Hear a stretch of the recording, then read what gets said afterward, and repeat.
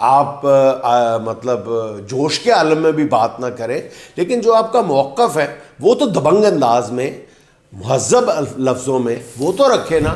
مجھے بیرسٹر گور صاحب کی اس بات پہ اعتراض ہے کہ 2 دن سے وہ بار بار اس بات پہ بہت زیادہ زور دے رہے ہیں، کہتے ہیں کہ جی یہ کر لیا جائے تو ہم ذمہ دارانہ اپوزیشن کا کردار ادا کرنے کے لیے تیار ہیں. اس طرح کی باتیں کر رہے ہیں. بھئی آپ نے اس کا مطلب ہے کہ آپ جو کچھ ملک میں ہو رہا ہے، ابھی تک آپ اپنی سیٹیں آپ کو نہیں واپس ملیں، جو آپ یعنی جیت چکے ہیں ان کا نوٹیفیکیشن نہیں ہو رہا، تو آپ مسلسل یہ کہتے جا رہے ہیں کہ جناب آپ اپنی ہار بھی تسلیم کر رہے ہیں، آپ ان کو فاتح تسلیم کر رہے ہیں. اور میں آپ کو ایک چھوٹی سی خبر بھی دیتا چلوں کہ خان صاحب کی ہدایت یہ ہے کہ جب آپ کو اپوزیشن میں بیٹھنا پڑے گا تو سارے جو ہیں پی ٹی آئی کے انڈیپینڈنٹ ارکان جو ہیں، جو انڈیپینڈنٹ ہیں اور پی ٹی آئی سے تعلق رکھتے ہیں، وہ بازوؤں پہ سیاہ پٹیاں باندھ کر حلف اٹھائیں گے، اسمبلی جائیں گے. ٹھیک ہے، اور ظاہر ہے وہ کون سے اس کو تسلیم کریں گے، اس اسمبلی کو، اس ڈھونگ کو. وہ کسی بھی لمحے کے لیے نرم سے نرم الفاظ میں بھی، گول مول کر کے بھی اس انتخابی ڈھونگ کو قبول نہیں کریں گے پی ٹی آئی والے. یہ بالکل خان صاحب کی ورژن جو ہے یہ کلیئر ہے. خان صاحب نے تو، میں نے آپ کو عرض کیا تھا نا کہ انہوں نے تو اپنی رہائی کے لیے ایک سیٹ پہ بھی کمپرومائز کر رہائی کی آفر کی گئی تھی، اور بھی بہت ساری آفرز کی گئی تھی. تو کچھ آپ اپنے نرمی لے کے آئے موقف میں. انہوں نے کہا تھا میں اپنی 2/3 سے زیادہ میں جیتا ہوں، میں اپنی ایک سیٹ بھی نہیں چھوڑوں گا. اور آج بھی وہ بندہ جس کا نام عمران خان نیازی اپنے اسی موقف پہ قائم ہے. ایسا جو آزاد اراکین ہیں ان کو توڑنے کے لیے تو سر توڑ کوششیں کر رہی ہے نون لیگ اور پیپلز پارٹی بھی ایون. اچھا، مجھے وہ یہ جو ہے نا ارکان کو توڑنے سے ایک اور خبر یاد آ گئی. دیکھیں لوگ ریزسٹ بھی کر رہے ہیں. بعض لوگوں نے بہت مایوس کیا ہے لوگوں کو، پی ٹی آئی کے ارکان کو، اپنے ووٹرز کو، جنہوں نے مطلب ڈچ کر دیا، جنہوں نے دغا دیا. اور اس پورے کھیل میں آپ کبھی غور کریں تو مجھے ڈر لگتا ہے کہ اللہ کا عذاب کن قوموں پہ آتا ہے. جھوٹی اور وعدہ خلاف. اور جھوٹ اور وعدہ خلافی بھی وہ جو اللہ کی مقدس کتاب پر ہاتھ رکھ کر کی. بالکل.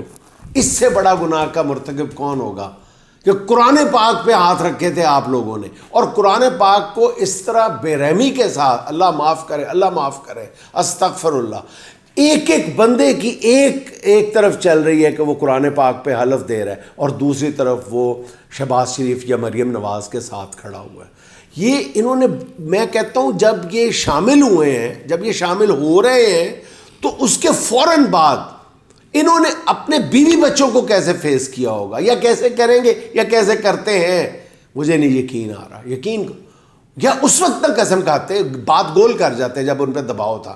اور ایک خبر آپ کو یہ بھی دیتا چلوں کہ اب میں علاقہ نہیں بتاؤں گا، اکاڑے سے اس طرف آپ سمجھ لیں جو 2-3 اضلاع ہیں، وہاں پہ اب نہیں، ہنٹ مجھ سے کوئی نہ مانگو، وہاں پہ 2 MNAs اور 1 MPA، یا 2 اس کو ریورس کر لو کیونکہ اس کی مجھے ٹھیک نہیں تھی انفارمیشن. وہاں پہ جب بہت زیادہ دباؤ میں لایا گیا اور مختلف جو طریقے ہیں، تو MNA نے کہا کہ اب اگر آپ نے مجھ پہ مزید دباؤ ڈالا تو میں چوک میں جا کے خودکشی کر لوں گا. اچھا. اور اس دھمکی کے بعد ڈر کے ان تینوں کو چھوڑ دیا گیا. عالم یہاں تک پہنچ گیا. اس وقت دیکھیں پرابلم پتہ کیا ہے کہ اب پنجاب میں جس طرح یہ جیسے مرکز میں بندر بانٹ کی گئی، کم و بیش اسی طرح پنجاب میں بھی کیا جا رہا ہے کہ وہ تم ہی لے لو، یہ تم لے لو. یہاں پر تو بالکل ہی نانا جی کی باتیں، اور جو مرضی دے دیں، جو مرضی کر لیں. تو اب دیکھو کہ لیکن اس میں بھی جب آپ اپنی مرضی سے جس کو مرضی چاہیں بنا لیں، کیونکہ کوئی کنٹرول ہی نہیں، جو مرضی کرے جو ٹھیک ہے، کسی نے پوچھنا ہے، سارا کچھ ہی آپ کی جولی میں ڈال دیا ہے اور نہ کوئی کہنے والا ہے. اس کے باوجود بھی اب یہ دیکھیں کہ یہ فیصلے کتنے غلط کر رہے ہیں کہ پھر وہی تخت لاہور باقی پورے پنجاب کو, خاص طور پہ جنوبی پنجاب کو جس طرح احساس محرومی کا شکار کیا جا رہا ہے, کل یار یہ ہمارے سامنے آنا ہے بھائی جان, یہ الیکشن آئے گئے, حکومتیں بنتی ہیں ٹوٹتی ہیں, ہماری آئندہ نسلوں نے یہاں رہنا ہے, کیوں نفرت کے یہ بیج بو کے جا رہے ہیں, کیوں احساس محرومی کا پودا یہاں پہ لگا کے جا رہے ہیں. دیکھیں وزیر اعظم آپ کا لاہور سے, ٹھیک ہے جی, اور پھر آپ کا وزیر اعلیٰ مبینہ وزیر اعلیٰ لاہور سے, ٹھیک ہے, پھر اسپیکر قومی اسمبلی لاہور سے, اسپیکر پنجاب اسمبلی مجوزہ طور پہ مجتبیٰ شورا الرحمان لاہور سے, پھر لاہور سے اور وزارتیں بھی دی جا رہی ہیں. تو سارے امپورٹنٹ عہدے جو ہیں, اگر پیپلز پارٹی کو نہ بیچ میں شیئر دیا جاتا تو گورنر بھی لاہور سے ہی ہوتا, سارا کچھ ہی لاہور سے ہوتا, تو پھر باقی پنجاب میں احساس محرومی پیدا نہیں ہوگا. ان کو ہمیشہ صرف لاہور نظر آتا ہے, پل بنانے ہیں لاہور, انہوں نے یہ دینا ہے, فنڈز دینے ہیں لاہور. ایک دفعہ انہوں نے مجھے چیلنج کیا تھا, میں نے, اگر آپ کو یاد ہو اپنے ٹی وی شو میں نے جب اس پہ انتہائی شدید لفظوں میں کرٹیسائز کیا تھا, انہوں نے کہا تھا کہ پوری دنیا میں ایسے ہوتا ہے میٹروپولیٹن سٹی. تو پھر آپ کو یاد ہوگا تو میں نے لندن اور دیگر شہروں کے ترقیاتی بجٹ کا موازنہ کیا تھا, اس میں زیادہ سے زیادہ 10 سے 20% کا فرق تھا. تو جب میں نے اس وقت یہ پروگرام کیا تھا تو 80% سے زیادہ بجٹ جو تھا ترقیاتی وہ لاہور میں لگ رہا تھا, 80% سے زیادہ. جی, تو یہ ان کو احساس تک نہیں ہے کہ یہ کیا کر رہے ہیں. اور اس حوالے سے آپ کو ایک چھوٹی سی خبر دیتا چلوں کہ ظاہر ہے کہ جنہوں نے اقتدار دیا ہوتا ہے, لے کے دیا ہوتا ہے, وہ اپنا پھر بعد میں رول بھی پلے کرتے ہیں. تو آج 2 بجے پنجاب میں وزارت اعلیٰ کے لیے جو افتتاحی تقریر تھی وہ تیار کر لی گئی تھی. وہ پریس کانفرنس کی شکل میں ہوتی ہے جیسے بھی ہے, لیکن وہ ایز لائیو نشر کی جانی تھی مریم نواز صاحبہ کی, ٹھیک ہے. تو وہ 2 سے 3 بجے, 3 سے 3:30, پھر 4, پھر 5, اور اب دیکھ لیں کہ کیا ٹائم ہو رہا ہے. تو شام کے, رات کے اس پہر تک, ابھی تک جب یہ ہم ویلاگ میں ریکارڈ کر رہے ہیں اس وقت تک تو نشر نہیں ہوئی, ٹھیک ہے. اس کے بعد جب اگر کب ہو جاتی ہے میں کچھ نہیں کہہ سکتا. وہ اس کی وجہ یہ ہے کہ 2 جملے یہ بولتے ہیں تو 2 جملے کٹوا دیے جاتے ہیں, پھر 2 جملے ڈلوائے جاتے ہیں تو ادھر سے کٹوا دیے جاتے ہیں, ٹھیک ہے. تو پھر یہ کاٹتے ہیں تو وہ ڈال دیتے ہیں, اور یہ اور وہ کا کھیل جو ہے یہ کم و بیش جو ہے میرا خیال ہے کہ 6 گھنٹوں تک یہ کھیل جاری رہا. سر اسی کے ساتھ آج کی چھوٹی سی بات بھائی جان, آج کی چھوٹی سی بات میں یہی کہوں گا کہ وطن عزیز میں ایک طرف یہ خوف بھی نہیں کہ اللہ دیکھ رہا ہے, دوسری طرف یہ اطمینان ہے کہ اللہ دیکھ رہا ہے. کیا بات ہے. خوش رہیں, خوش رکھیں. آپ سے ملاقات ہوگی انشاءاللہ اگلے ویلاگ میں. اللہ حافظ.